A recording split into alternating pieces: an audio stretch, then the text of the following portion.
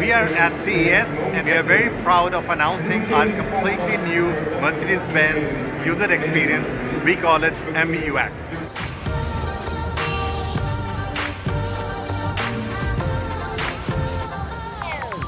It is a user experience that really changes the game in terms of how the driver or passenger interacts with the car.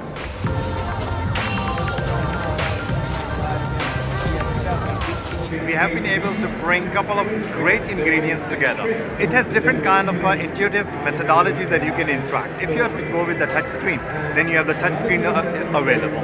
If you would like to keep your hands on the wheel, you have the finger pads available for your thumbs. In the middle console, you have got the touch pad, which also you do that. If you don't want to do any kind of those touch system, then it has a beach system, which is unmatched in the market. So it means you can control lots of things in the vehicle. Hey Mercedes, do I need an umbrella tomorrow? Tomorrow it will be rainy in Las Vegas with a low of 41 and a high of 54 degrees.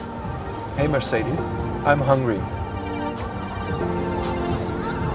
Mercedes-Benz User Experience enhances the customer experience because it's an intelligent system and it's a learning system. That's the most important.